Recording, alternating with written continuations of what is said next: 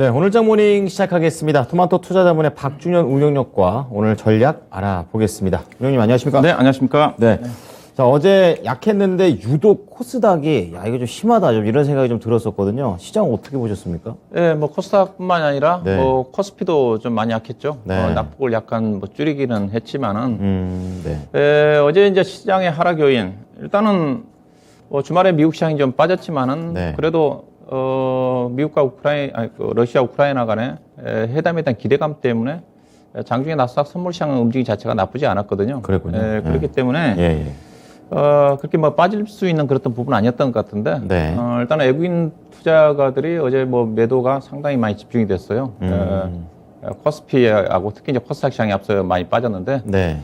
코스닥 시장이 어제 하락폭이 상당히 컸죠. 코스닥 시장이 어제 외국인 투자가들의 매도 물량이 무려 3천억이 넘었습니다. 3,300억. 3,300원. 3,300억 하루 기준으로 해서 제가 봤는데 사상 네. 최대입니다. 안 좋은 걸로 신기록이네요. 그렇죠. 올해 네. 아마 2,500억, 2,700억 정도 매도가 있었는데 3,000억이 하루에 매도했던 것 자체는 거의 없었어요. 그렇군요. 그래서 코스닥 시장의 하락이 컸는데 어제 이제 굳이 하락 요인을 잡는다 한다면 중국발 영향이 가장 컸던 것 같아요. 봉쇄요? 예. 아. 일단은 중국발 봉쇄 부분도 있고요. 예. 봉쇄 부분도 있고 봉쇄로 인해서 여러 가지 이제 공급망 그렇죠. 차질 부분도 있는 거고. 예. 중국의 선전시가 이제 어제 코로나19로 인해 가지고 봉쇄가 됐지 않습니까? 그렇습니다. 선전시가 기술주 관련해 가지고 허브 역할을 하고 있는 도시입니다. 그거 되게 중요한 도시인 거죠? 네, 그렇죠. 그런데 예. 최근에 이제 오늘 뭐 애플 주가의 하락 부분 자체도 포스콘 공장도 그쪽에 있으니까 영향을 받았어요. 그런 영향도 있는 거고. 네. 특히 이제 기술주들이 좀 많이 하락하고 있고 나스닥 기술주들이 오늘 또 하락한 부분 자체도 그런 어떤 부분도 중국 관련 기업도 영향이 있다고 좀 봐요. 네. 최근에 어제 이제 보게 되면 아시아 증시 중에서 중국 상해 종합주가 지수가 2.6% 빠졌고, 네. 그다음에 홍콩 항생 지수가 거기도 우리 5% 진짜. 가까이 빠졌지 않습니까? 지수가 그렇게 빠지는지. 그렇죠. 그러니까 홍콩 항생 지수 하락을 봐야 되는데, 네.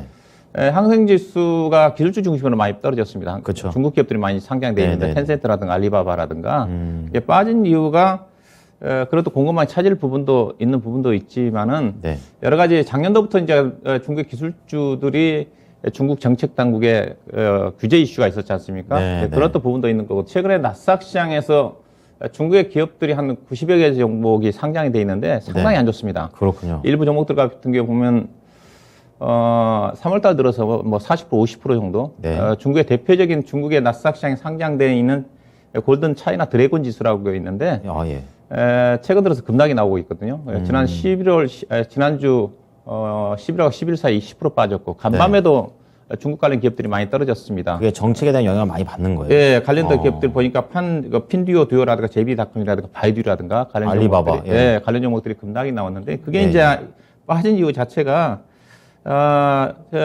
현재 미국 쪽에서 일부 그 중국 기업들 네. 회계적인 이슈로 인해 가지고 네네. 몇 기업들을 좀 시장에서 퇴출시킨다는 얘기가 좀 나오고 있는 쪽이거든요. 그렇죠. 여기다가 최근에 이제 러시아 우크라이나 사태로 인해 가지고 러시아가 드리는 얘기로는 중국한테 군사적인 지원 요청을 했다는 얘기가 들리지 않습니까? 그러니까 미국에서 러시아 도와주지 말라고 또 엄포 놓고요. 예, 그렇죠. 만약에 또 중국이 그런 쪽으로 지원을 해준다 한다면 예. 추가적으로 미국이 중국 기업들한테 규제 이슈가 부각되지 않겠는가. 다시 미중 분쟁인가요? 네, 그렇게 예. 이런 것들이 겹치면서 중국의 기술주들이 떨어지고 또 중국의 기술주들이 미국의 나스닥 시장에 90여 개 종목들이 상장돼 있으니까 관련 기업들이 최근에 급락이 나오면서 이런 것들이 겹치면서 국내 시장에 영향을 미쳤던 게 아닌가.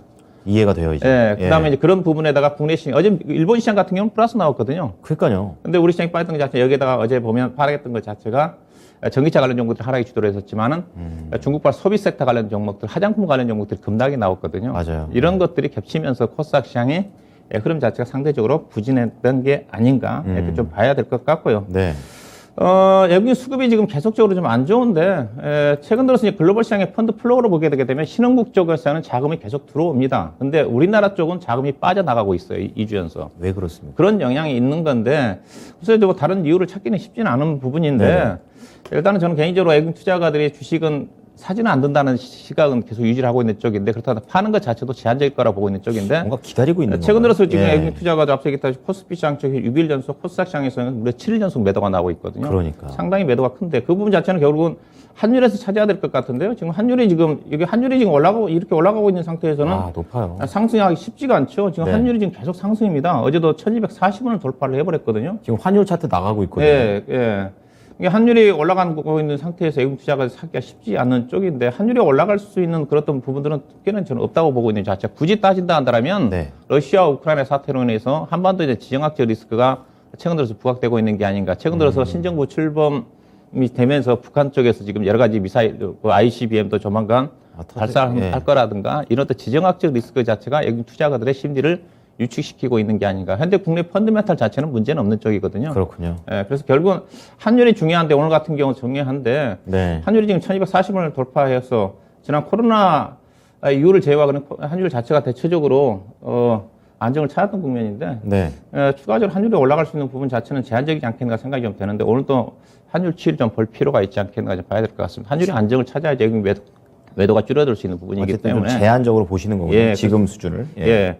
그래서 어제 이제 보시게 되게 되면 대체적으로 하락했던 것 자체는 이제 2차 전지라든가 네, 화장품이라든가 면세점, 자동차 관련 종목들, 이제 예. 공급 이슈라든가 여러 가지 영향을 미쳤다고 봐야 될 것 같고 반면에 네. 셀트리온 삼형제 관련 종목들이 상승을 좀 하면서 분식회계, 제약이라든가 예. 그다음에 철강 금속, 건설 여기는 이제 신정부 정책적인 수혜주 모멘텀이 부각되고 있는 쪽이죠. 정책은 계속 가네요. 예. 그다음에 해운업종, HM을 중심으로 해운업종들이 상승을 했다고 봐야 될 것 같은데 네. 어제 이제 앞서 얘기했다시피 외국인 투자가들이 코스닥 시장에서 집중적인 매도가 나왔다고 그랬지 않습니까? 그렇죠. 어떤 쪽을 매도를 했나 보시게 되게 되면 예.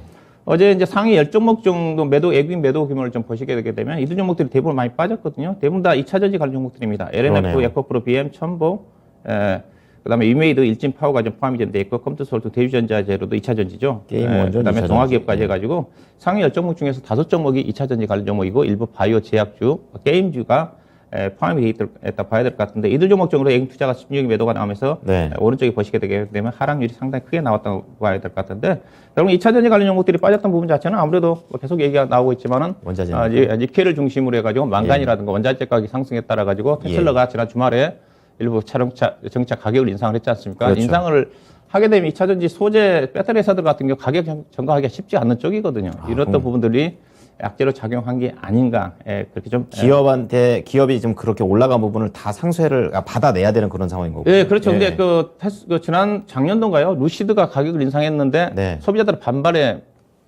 다시. 한 데가 가격 인상을 다시 본상 그렇죠. 복귀. 그랬거든요. 예. 그렇기 때문에 이 가격 인상 전기차 가격 인상을 하면서 배터리를 생산하는 2차 전지 소재라든가 배터리 회사들 원가 정가 걔들이 가격 인상을 해주면 괜찮은데 그게 쉽지 않다는 거죠. 그게 그 얘기. 그런 것들이 악재로 예. 작용했다. 왜냐하면 작년도에 루시드가 전기차 차량 가격 인상을 했지만 소비자들의 반발을 묻히면서 다시 원상 회복시켰거든요. 네. 그런 부분들이 악재로 작용한 게 아닌가 좀 봐야 될 것 같습니다. 예. 특히 이제 어제 이제 그런 상승 국면 쪽, 하락 국면 쪽에서 상승했던 종목도 몇몇 종목들을 좀 특징적으로 보게 되면 대표적으로 어제 이제 분위기를 그나마 이끌었던 것 자체가 셀트리온 삼형제지 않습니까? 이렇게 끌었는데도 지금 이렇게 코스닥이 그렇죠. 밀린 거예요. 특히 이제 코스닥 시장 같은 경우는 셀트리온 헬스케어와 셀트리온 제약이 시가총액 차지하는 비중이 상당히 크지 않습니까? 그죠. 셀트리온 헬스케어가 1위임에도 불구하고 네. 이들 종목들이 선전했음에도 불구하고 코스닥 시장이 어제 하락폭이 컸으니까 다른 종목들이 상당히 투자 심리가 안 좋았다. 2차 전지라든가 그쵸. 화장품이라든가 어제 IT 소부장 관련 종목도 상당히 흐름이 좀 안 좋았거든요. 봐야 될 것 같은데 셀트리온 주가 상승 부분 자체는 이제 그동안 계속적으로 4년 동안 끌어왔던 고위 분식 회계 부분 자체가 일단락이 된 것 같습니다. 털었죠. 일단은 회계 처리 일부가 중과실로는 인정이 됐어요. 네. 그렇지만 고의성이 없다. 일부란 건 그래서 아니다. 형사처벌 검찰에 고발하지 않는다. 네, 고발하지 않는다 자체는 이제 거래정지라든가 그런 것들이 없다는 거거든요. 그렇죠. 그러면서 이제 그래도 잘못이 있기 때문에 담당 임원 해임 공고라든가 그다음에 감사인 지정 제재 수준으로 마무리가 좀 되면서 불확성 해소가 좀 되면서 네. 어제 상승했다고 봐야 될 것 같은데 셀트리온 그러면 어떻게 봐야 되느냐? 일단은 주가 이제 모멘텀 악재는 벗어났지만은 최근에 셀트리온이 실적 성장이 좀 더디거든요. 네. 연평균 이익 성장률 10%밖에 안 되는 수준이고 본업이 좀 약해진 거예요. 약해지고 있어가지고 네. 주가가 강하게 상승 모멘텀을 작용하기 어려울 것 같고요. 다만 이제 불확성 해소가 전개가 됐고 향후에 제로권 자체는 결국은 셀트리온 삼형제 합병권이 이슈가 된다 한다면 그게 주가의 있군요. 상승 제한적인 모멘텀으로 작용하지 않겠는가 봐야 될 것 같은데 네. 셀트리온 기준으로 본다 한다면 20만 원대가 1차적인 물량 저항선이고 22만 원 정도까지는 중장기적으로 좀 중기적으로 상승 목표를 염두에 두고 접근할 전략은 가능하지 않겠는가 좀 말씀 좀 드리고요. 그다음에 이제 삼성 엔지니어링 어제 상승폭이 상당히 괜찮았고 그다음에 네. 해운주 HM이 쉬고 난 다음에 상승이 상당히 좀 괜찮았던 것 같고요. 해운업황 자체는 약간 최근에 가격이 좀 다운되고 있지만 여전히 높은 수준이거든요. 최근 이제 BDI 지수가 빠르게 올라오고 있기 때문에 해운업종은 여전히 긍정적인 관점에서 조선주보다는 관심을 가져볼 필요가 있지 않겠나 말씀드리고. 해운 쪽. 예. 그다음에 대한제강이 어제 철강주 중에서 4.0% 가까이 상승했는데 예상한 이 시간 통해 특징 좀 많이 언급이 되고 있는 쪽인데 자사주 매수를 두 차례 했지 않습니까? 1월달하고 2월달에 네, 자사주 2차 매수 자체가 어느 정도 마무리가 돼가고 있음에도 불구하고 주가가 올라간 이유 자체가 네. 예상 주총이 지금 뭐 다음 주 예정이 좀 되어 있거든요. 다음 주 금요일인가요? 아, 그래요? 자사주 매수를 대규모로 해놨기 때문에 자사주 소강 얘기가 나옵니다. 네. 여기다가 신정부 정부의 정책 수혜주거든요. 철근 회사니까 그렇군요. 아파트 건설을 하니까 철근 회사를 가지고 철강 건자재. 쪽에서도 예. 건자재 쪽으로 들어가는 거니까 예. 대한제강, 그다음에 한국철강, 그다음에 동국제강에 철근 비중이 많습니다. 그래서 여전히 주가 부분이 좀 쌌기 때문에 자사주가 매수가 일단락이 된다 한다더라도 자사주 소각이라든가 펀드별 자체가 탄탄하기 때문에 모멘텀이 여전히 있군요. 우상향하지 않겠는가 이렇게 좀 보시면 될 것 같고요. 네. 그다음에 두산 박켓을 하나 좀 보도록 할까요? 두산 박켓이 어제 코스피 200 종목지 상승률이 상당히 두드러졌는데, 예. 실적도 괜찮고요. 그다음에 최근에 이제 두산 중공업 영향으로 인해 가지고 두산 박켓의 실적 등급도 상향 조정이 좀 됐거든요. 아, 그렇군요. 그다음 최근에 캐터필러 주가가 저점에서 20% 올라왔습니다. 두산 미국에서도. 박켓은 아무래도 미국 쪽에서 사업 활동하고 있기 그렇죠. 때문에 예. 주가 자체는 밸류 자체는 상대적으로 높지는 않은데. 왜냐 현대건설기가 PR이 6배인데 종목은 10배거든요. 그렇지만 캐터필러의 주가 상승 가래 연결이 감안해 되는군요. 본다는 주가는 우상향하지 않겠는가 이렇게 봐야 될 것 같고요. 시간이 많지 않은데 짧게 효성중공업을 좀 관심 있게 좀 볼 필요가 있을 것 같은데 어제 주가 좀 많이 왜 올랐거든요. 그렇습니까? 예. 이 종목이 실적도 괜찮고요. 네. 실적도 괜찮고 어제 주가 올라온 자체가 국내 최초의 원자력 발전기 변압기를 개발했다. 예사가 완전 쪽이구나. 본업 자체가 중공업종의 변압기입니다. 네. 변압기 그다음에 건설 부분이 차지하고 있는 쪽인데 네. 원전 관련 종목 요즘 관심이 많지 않습니까? 건설하고 원전 다 있네요. 그렇죠. 이 종목은 펀드메탈 따라준 주식입니다. 작년도 영업이익이 1,200억 나왔고요. 네. 올해 예상 실적 PR이 6배 되는 수준이기 때문에 네. 원전 관련 쪽에 부각이 된다 한다면 충분히 추가적인 상승이 가능하지 않겠는가. 관심권에 수급도 괜찮기 때문에 지켜볼 필요가 있지 않겠는가 봐야 될 것 같습니다. 네. 자, 효성중공업이 또 막판에 또 굉장히 좋은 교집합 안에 포함이 되어 있습니다. 원전에다가 건설, 그리고 변압기 기술까지 갖고 있습니다. 자, 그럼 오늘장 투자 전략 알아보겠습니다. 시장이 좀 힘들잖아요. 그래서 지금 종목을 잘 골라야 될 것 같은데 전략 어떻게 하죠? 예, 일단은 시장은 제가 이제 뭐 계속 부진한 흐름이 전개되고 있지만 결국 네. FMC가 지나야 되는 거니까. 네. 일단은 그래서 미국 오늘 뭐 나스닥 시장이 12,500, 12,600 아래까지 내려왔지만은 그렇죠. 다우지수는 저점 유지가 좀 되고 있는 쪽이고요. 나스닥 시장도 약간 이탈했지만은 현재 우크라이나 사태로 인해서 주가 가장 영향을 받은 것 자체가 유럽 증시지 않습니까? 그렇죠. 유럽의 증시 같은 경우는 이미 바닥권을 어느 정도 탈출을 한 것 같아요. 대표적으로 유럽의 독일 닥스 지수 차트를 좀 보시게 되면 저점에서 거의 10% 올라왔고요. 그렇죠. 그다음에 유럽 스탁 50 지수를 보시게 되게 되면 3,300에서 지금 3,700이거든요. 다시 저점에서 올라오네요. 올라왔다. 그러니까 미국 시장의 하락 부분 자체는 FMC인 것 같아요. 여기다 그렇군요. 기술주가 많이 하락하고 있는. 왜냐하면 다우지수는 전쟁이 아니다. 다우지수는 예. 어느 정도 좀 저점이 좀 하긴 좀 저점은 유지가 되고 있는 상태거든요. 네.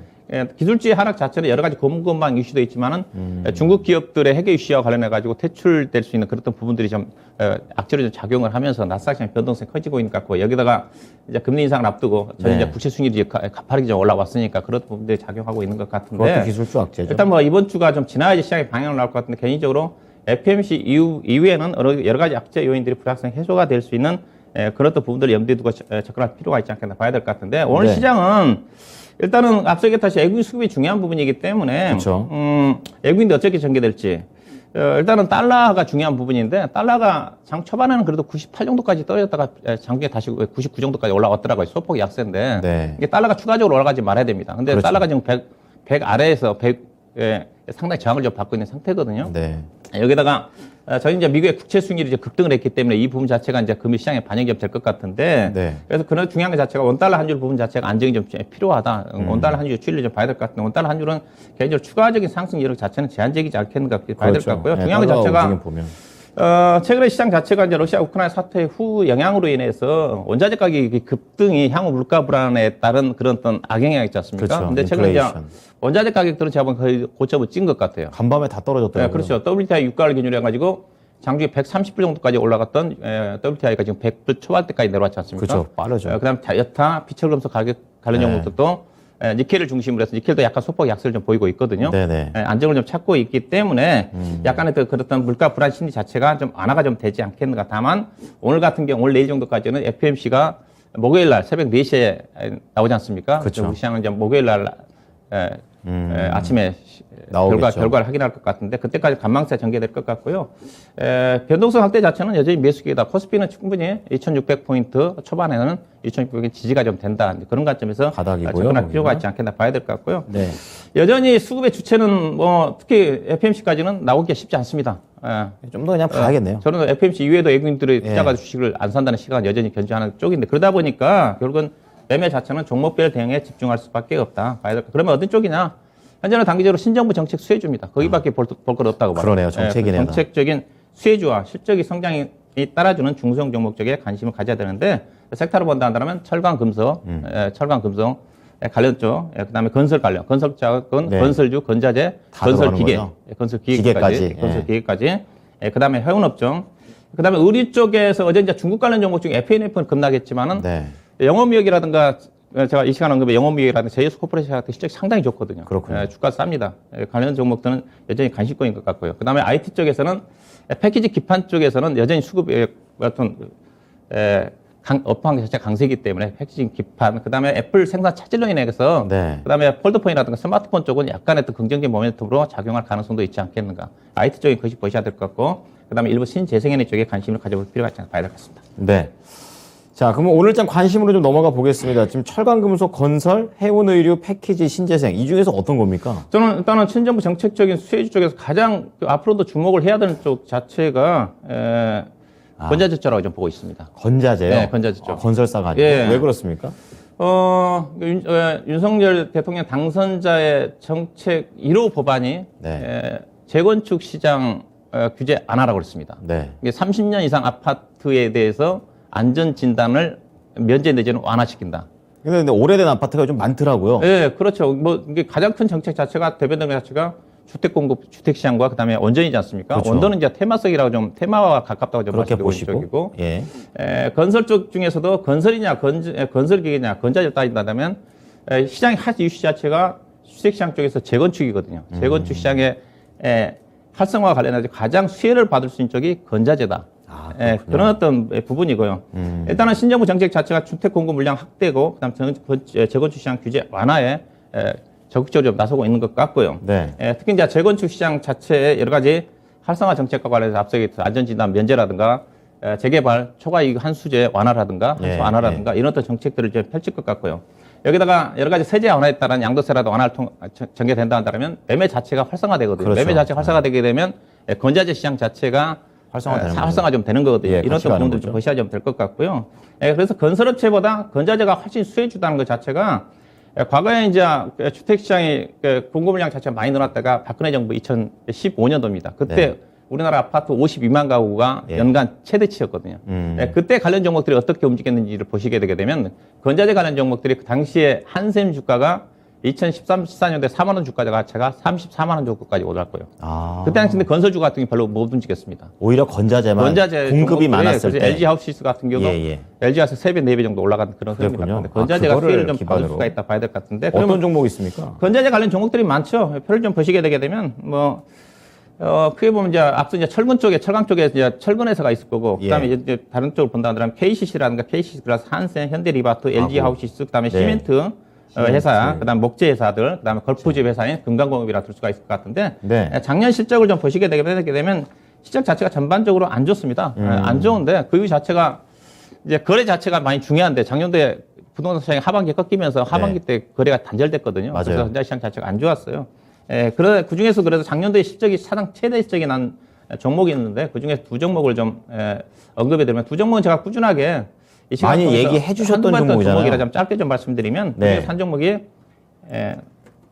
KCC 글라스입니다. 유리 쪽이군요. KCC 글라스 현재 지금 6만 원 정도 되는데 제가 아마 5만 원대 추천했다가 8만 원까지 목표 주가 달성한 이후에 다 조정을 좀 받고 있는데 이 종목이 이제 판유리 회사거든요. 건축용 유리 회사 쪽인데 자동차 유리 쪽으로 지금 다각화를 하고 있는 쪽이고 인도네시아 쪽에 지금 공장 증설을 하고 있기 때문에 2024년도에 양국이 좀 되거든요.